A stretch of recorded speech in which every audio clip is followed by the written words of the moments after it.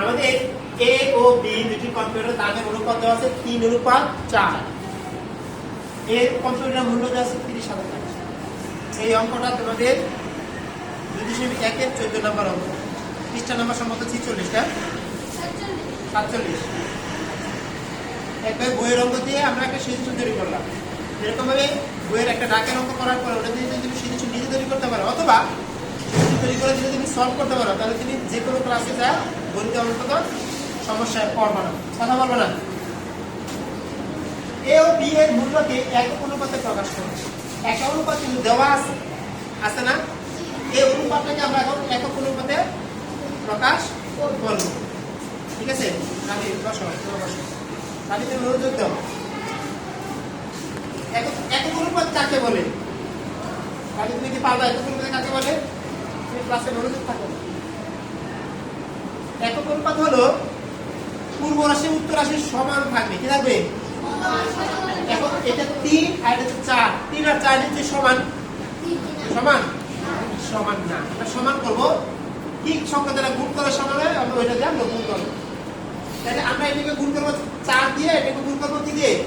3 দিয়ে। সমান হবে না? এটা গুণ করব 4 দিয়ে, এটা গুণ করব কত দিয়ে? 3 দিয়ে।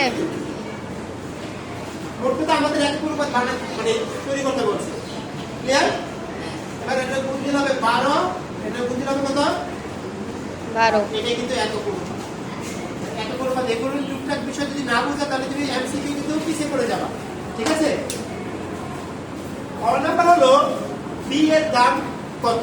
বি এর দাম কত? মানে বি কম্পিউটারের দাম কত? এ কম্পিউটারের মূল্য দেওয়া আছে না? আমি এই অঙ্কটা 2 ভাগে 3 ভাগে করতে পারবো। রোজের আমি 2 নিয়মে করে দেখি কোন নিয়মটা তোমাদের কাছে ভালো লাগে। আচ্ছা, প্রথমে একটা নিয়ম আমি করি। বি কম্পিউটারের মূল্য কি? বি কম্পিউটারের মূল্য আমাদের কি দেওয়া আছে? দেওয়া আছে কি? এ কম্পিউটারের মূল্য দেওয়া আছে দামের অনুপাত কত? এ ও বি এর দামের অনুপাত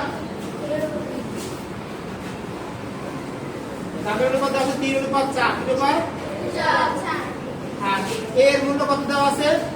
30,000 টাকা। এর মূল্য কত? 30,000 টাকা। এটুকু কি আমাদের দেওয়া আছে কিনা? এটুকু কি?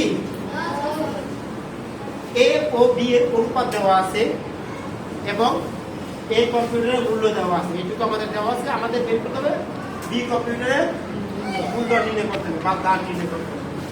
আমরা এটা দেখো তো এরকম নিয়মে করলে তোমরা কিরকম বুঝো? দুটি দামের অনুপাত দেওয়া আছে না? আছে? মানে লক্ষ্য করো 3:4। এটা এর অনুপাত, এটা কত? বি এর অনুপাত কি? প্রথমটা কি এ না? পরেরটা কি? বি। এর দাম কত? 30,000 টাকার দাম। অনুপাত বি এর দাম। বি এর দাম কি আছে না বের করতে হবে? বের করতে হবে। বি এর মূল্য বা বি এর দাম। ওকে, ঠিক না? এখন প্রথমটা কি থাকে? উপরে থাকে। কি থাকে? উপরে। আর দ্বিতীয়টা হয় লব। প্রথমটা হয় লব, দ্বিতীয়টা কি হয়? লব। দুধের হর উপরে থাকে আর গণিতের হর কই থাকে? নিচে থাকে।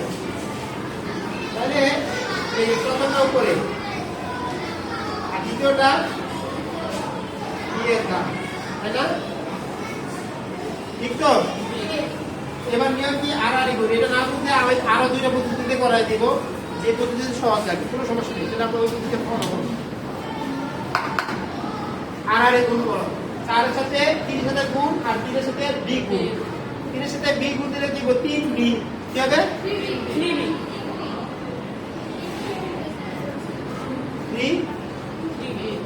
3 এর দাম, তাই না?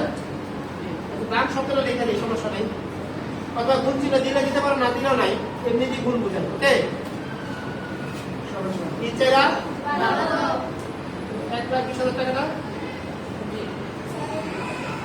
কত টাকা? 1,20,000 টাকা। 3 আছে গুণ, এদিকে গেলে কি হবে? ভাগ। কি হবে? ভাগ। বি এর দাম 3 এখানে আছে গুণ সম্পর্ক, ওই পাশে গেলে কি হবে? ভাগ। ভাগ সম্পর্ক হবে। 1,20,000 3 দ্বারা ভাগ করলে কত হয়? 40,000 30 এর 12 আর 4টা শূন্য 40,000 টাকা। তাহলে বি এর দাম কত? 40,000 কত? আচ্ছা এই নিয়মে না করতে আমি আরেক নিয়মে করে দিই। এই নিয়মটা কি ওকে? আমি কোন না আরেকটা নিয়মে করে দিতে পারবো? করি? করেন স্যার পারবো? জি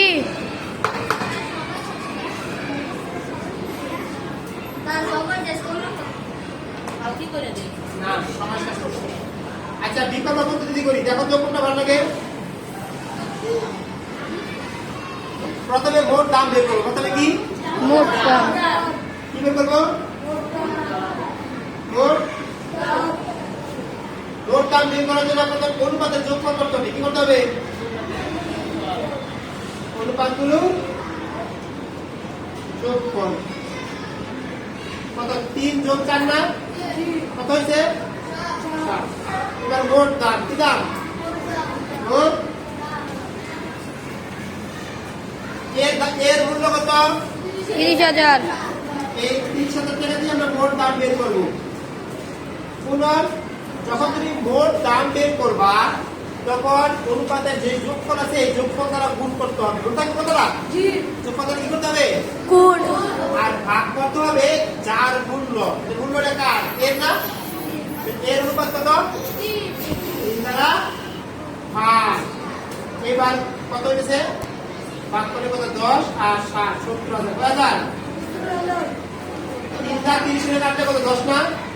আর 0 3টা এলো তোমার 10,000 আর 7 10 ওর দাম কত পাইলাম? এইবার দেখো বি এর দাম। ওর দাম কত? সবাই বলো ওর দাম কত? 70,000 ওর অনুপাতগুলোর যোগফল কত? তাহলে অনুপাতগুলোর যোগফল তার কি করতে হবে? কারণ এবার আলাদা একটি দাম আমরা বের করবো। যখন আলাদা একটি দাম বের করবা বা যে কোনো একটা তুমি মান নির্ণয় করবা, এদিকে তাকাও, তখন অনুপাতগুলোর যোগফল দ্বারা ভাগ করতে হবে। যখন মোট দাম বের করবা তখন যোগফল দ্বারা গুণ করতে হবে।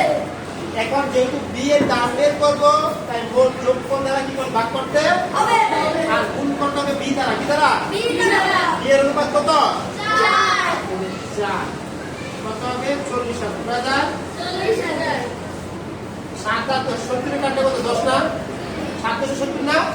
আর এই 0 3টা এই 10,000। 4 10 এখন বলো কোন নিয়মটা ভালো লাগছে?